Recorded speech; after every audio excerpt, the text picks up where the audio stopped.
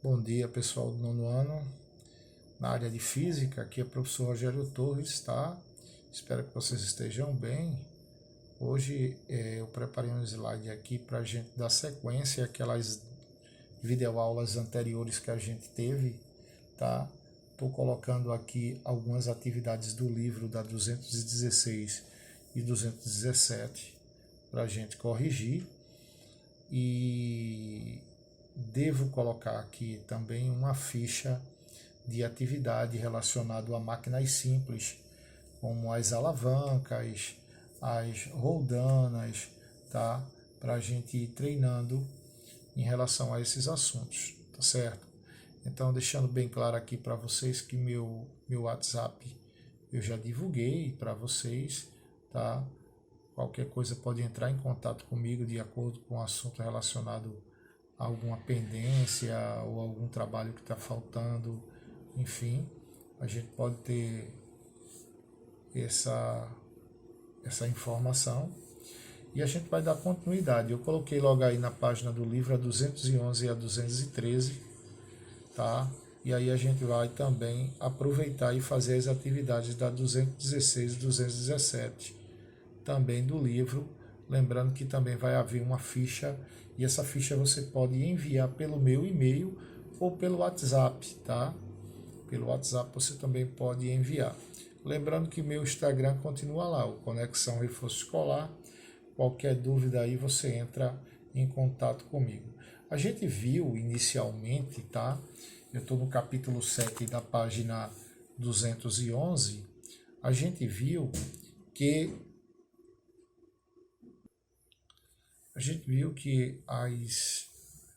as máquinas simples elas surgem da necessidade pelo homem e também para facilitar o trabalho e diminuir o esforço, não é? Então hoje a gente vai ver outro tipo de máquina simples também que pode tanto facilitar, não é, o esforço, diminuindo ou não a intensidade de força que é colocada, tá?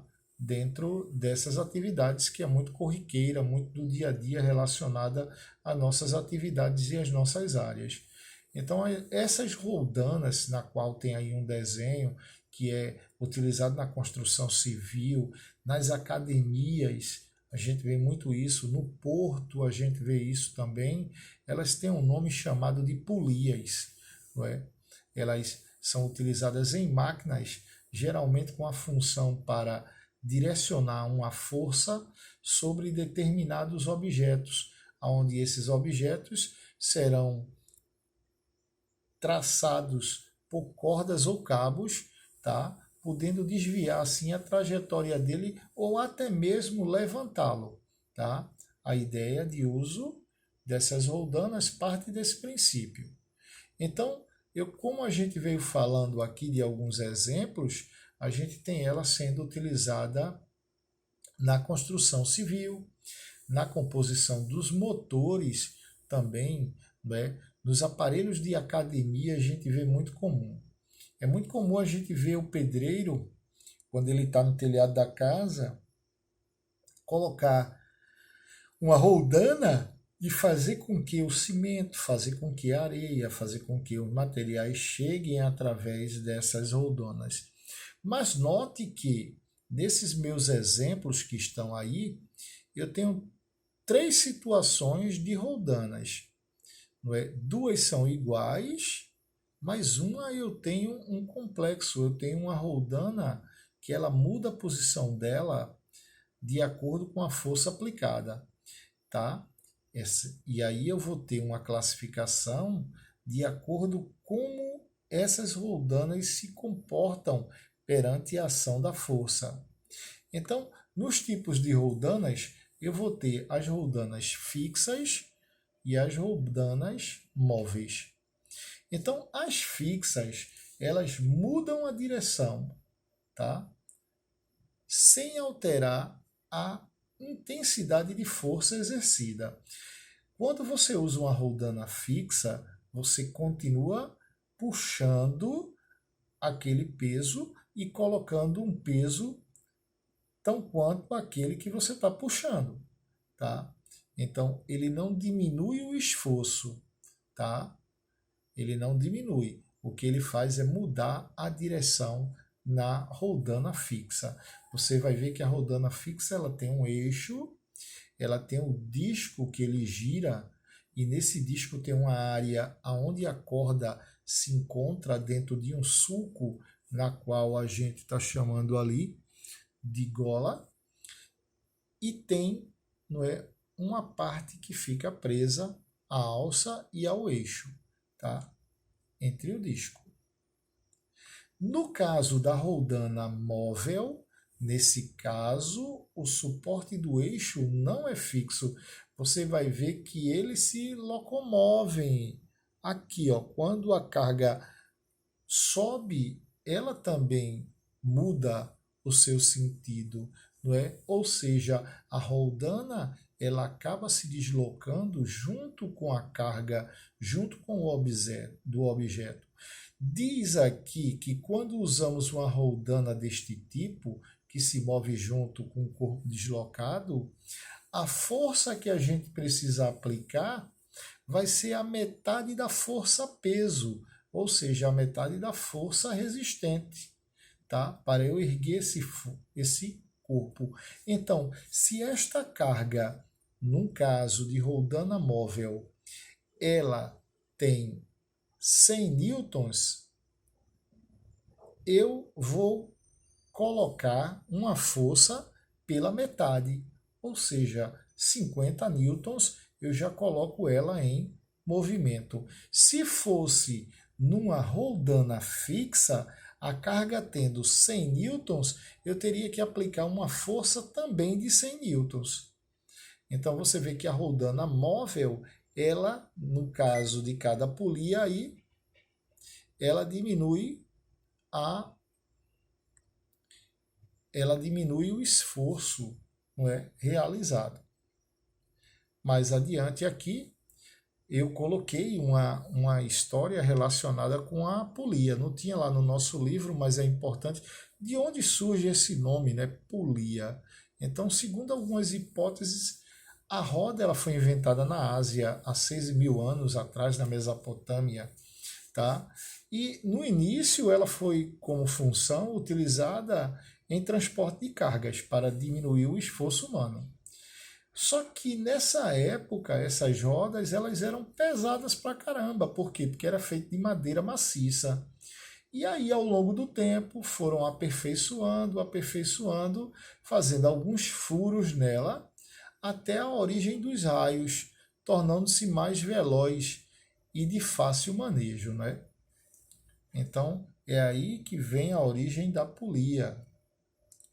Outra questão que a gente pode falar aqui é da questão relacionada à segurança no trânsito e à força de atrito, tá? Eu coloquei aí, você conhece o CTB, tá?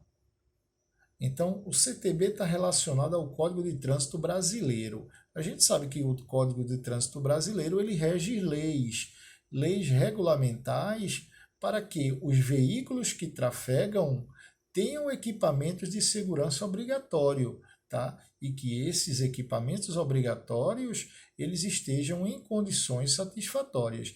Então, como a gente vai falar de força de atrito, que está ligada à força de união, eu coloquei aqui, e o nosso livro ele cita lá, a questão dos pneus, tá? A gente vai colocar aqui a questão dos pneus. E aí, se a gente parar para olhar, a gente vai ver que os pneus, quando se encontram em bom estado, eles apresentam entradas, desenhos, que a gente vai chamar de sulcos. Então, quando eu olho para um pneu e vejo um pneu novo, significa que ele tem sulcos naquela região. Mas qual é a finalidade dele ter aqueles sulcos? Para que serve aqueles sulcos naquele pneu? É isso que a gente vai analisar, tá? Esses sulcos nos pneus, eu até coloquei aí um pneu novo e um pneu careca, né? Um pneu já desgastado, tá? Então, quando a gente freia o carro está andando, tá? Ao longo da via, esses sulcos eles se unem com o asfalto e aí ao se unir com o asfalto eles acabam dando uma maior aderência, é como se ele tivesse colado, então ele mantém o carro mais estável. Note que quando o pneu está desgastado, caso haja uma necessidade de frear, que é o caso da frenagem, esse veículo ele pode continuar sendo deslizando pelo asfalto, já que não existem esses sulcos presentes nesse pneu. Outra questão é o perigo relacionado à aquaplanagem, né? Em dias de chuva, a gente deve ter cautela em relação a esse uso, né? Eu coloquei aqui cuidado em dias de chuva. Em dias de chuva, recomenda-se reduzir a velocidade, pois pode ocorrer aquaplanagem. Então, essa aquaplanagem, ela acaba criando uma película entre o pneu e o asfalto e o pneu acaba não se unindo com o asfalto, fazendo com que ele venha, nesse caso, não é, deslizar. Mais adiante, não é, a gente precisa lembrar que o trânsito ele não é competição, tá? E que essas leis do Código de Trânsito brasileiros eles valem e o pedestre na faixa sempre tem prioridade, não é? Então, conduzir um automóvel não é apenas pegar algo para bel prazer, ou para se divertir, ou para facilitar a sua vida. É uma responsabilidade muito grande. Tanto que é uma concessão. Você vê que ter a carteira nacional de habilitação, ela é uma concessão. Toda pessoa pode ter o direito, mas não é obrigado. Então, para que eu possa ter o direito de ter uma CNH, eu tenho que estar dentro dos parâmetros, tá? Dos parâmetros relacionados ao Código de Trânsito Brasileiro. Então, manter os veículos nas vias em condições adequadas se faz muito necessário para a qualidade do automóvel e também para a relação do ser vivo no meio ambiente. Gente, tem uma atividade da 213 no livro do módulo 3. São 3 perguntas relacionadas ao texto, tá? Tem um texto aí. Eu coloquei aqui, caso o aluno não tenha, tá?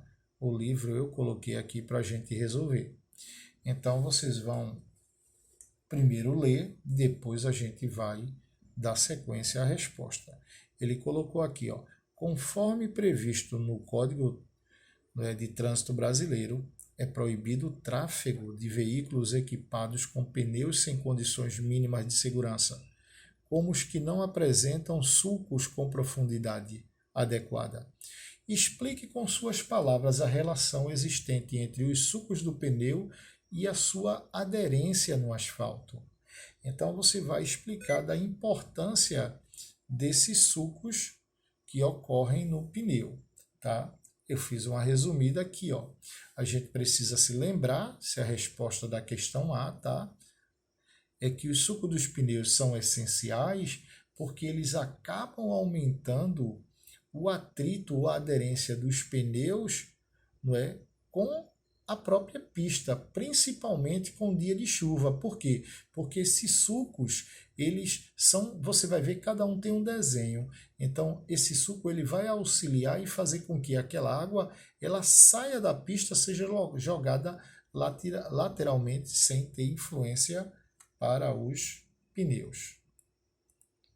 Na segunda pergunta, que é a pergunta B, ele diz: de acordo com o texto, recomenda-se que os motoristas diminuam a velocidade em dias de chuva.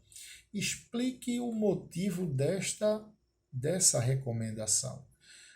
Normalmente, em dia de chuva, a gente vai ter uma camada de água, né? Principalmente na nossa cidade aqui, que tudo se alaga, mas a gente vai ter uma camada de água muito grande sobre a pista, que eu vou chamar de pavimento aqui. E essa presença da água na pista acaba diminuindo a força de atrito. Consequentemente, ele aumenta o risco de aquaplanagem, né? Então, por isso que é importante ter cautela, principalmente nos dias de chuva. Na letra C, ele perguntou qual a importância da educação no trânsito ser trabalhado nas escolas desde as séries iniciais. Não é? Isso é importantíssimo porque conscientizar sobre o respeito aos outros e os cuidados no trânsito em relação às leis, ele contribui para formar um cidadão preocupado em manter o trânsito seguro. Então, se ele é educado desde pequeno ao correto, isso vira hábito, né? Vira rotina, tá? Por isso que hoje essas leis de trânsito já são inseridas nas escolas. Vocês notam que antigamente tinha a turma do Fonfon aqui pelo Detran, e aí ele fazia, né, de alguma maneira lúdica, o pessoal mascarado, enfeitado, conscientizar a criança de forma brincando, não é? Ele criando ciclovias dentro do colégio e a criança respeitando aquele circuito para criar pessoas ou cidadãos, né, que mantenham o trânsito de forma bastante segura, tá? Deixa eu voltar aqui. Gente, a gente vai parar por aqui, tá? Eu vou colocar uma videoaula aqui relacionada a uma atividade complementar. Quando vocês terminarem, vocês mandam para o meu e-mail, tá? O e-mail, isso até às 12 horas, tá ok? Vamos criar esse hábito de voltar à rotina escolar e até às 12 horas você envia para mim. Rogério, eu te enviei de 4 horas. Eu vou retornar da mesma maneira, mas eu vou estar esperando às 12 horas, tá ok? Então fiquem com Deus, façam as atividades, tá? Lembrando que essa que a gente acabou aqui de responder, ela é do livro, na página 213, relacionada a um texto, e na próxima aula, se Deus quiser, a gente dá continuidade. Tá ok, gente? Um abraço e até a próxima.